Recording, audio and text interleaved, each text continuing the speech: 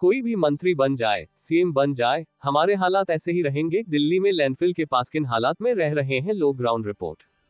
पहाड़ जैसे ऊंचे हो रहे भलसवा लैंडफिल की तलहटी में बसी है कलंदर कॉलोनी और दादा शिव पाटिल नगर। यहां आबादी और कचरे के पहाड़ के बीच की सीमा मिट चुकी है। दिल्ली में ऐसे 3 बड़े लैंडफिल हैं जहां कचरे का निपटान किया जाता है। रोजाना पैदा होने वाला करीब 11,000 टन कूड़ा सैकड़ों ट्रकों के जरिए यहां तक पहुंचता है। कचरे के इन पहाड़ों के पास घनी आबादी रहती है। हालांकि इसका सटीक आंकड़ा उपलब्ध नहीं है, लेकिन ये हजारों में है। कई लोग, जिनमें अधिकतर नाबालिग बच्चे हैं, यहां ताकतवर चुंबकों के जरिए कचरे से कबाड़ बीनते नजर आ जाते हैं।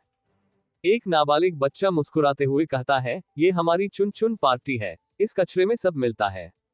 कई बार हम 200 रुपये भी नहीं कमा पाते और कई बार अगर किस्मत अच्छी हो तो इस कचरे में मिलने वाला माल हजारों में बिकता है। भलसवा लैंडफिल से सटकर बसी कलंदर कॉलोनी में नालियों का गंदा पानी सड़कों पर बह रहा है।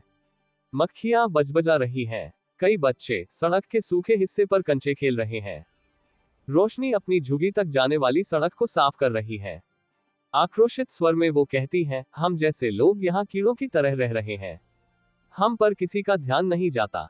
नाली में गिरकर मेरी टांग टूट गई, इलाज में भारी खर्चा आया।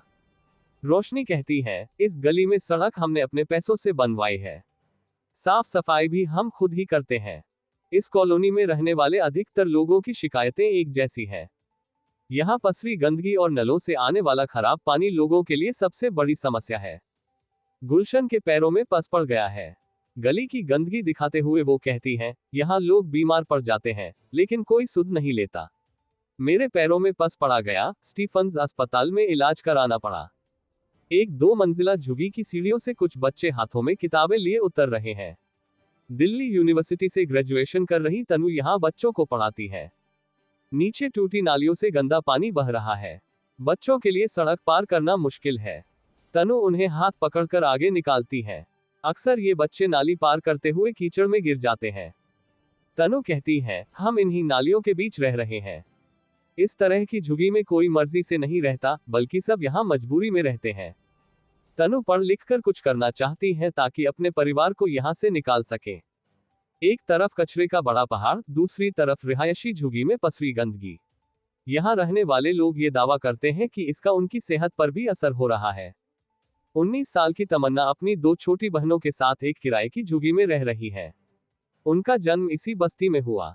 तमन्ना के माता पिता की बीमारियों से मौत हो गई है। उनकी मां की 9 साल पहले कैंसर से मौत हो गई और 1.5 साल पहले टीबी से पिता की मौत हो गई। अब उन पर अपनी दोनों छोटी बहनों का पेट पालने की जिम्मेदारी है। तमन्ना कहती है, हम कैसे रह रहे हैं, हम ही जानते हैं। झुग्गी का किराया देना पड़ता है। कई दिन हमारे पास खाने के लिए भी कुछ नहीं होता। लोग हमें रोटियां देते हैं। माता पिता की मौत के बाद बेसहारा छूटी इन बच्चियों तक किसी तरह की कोई सरकारी मदद नहीं पहुंच पा रही है। इनके दस्तावेज भी नहीं बन पाए हैं, जिससे इनकी जिंदगी और मुश्किल हो गई है।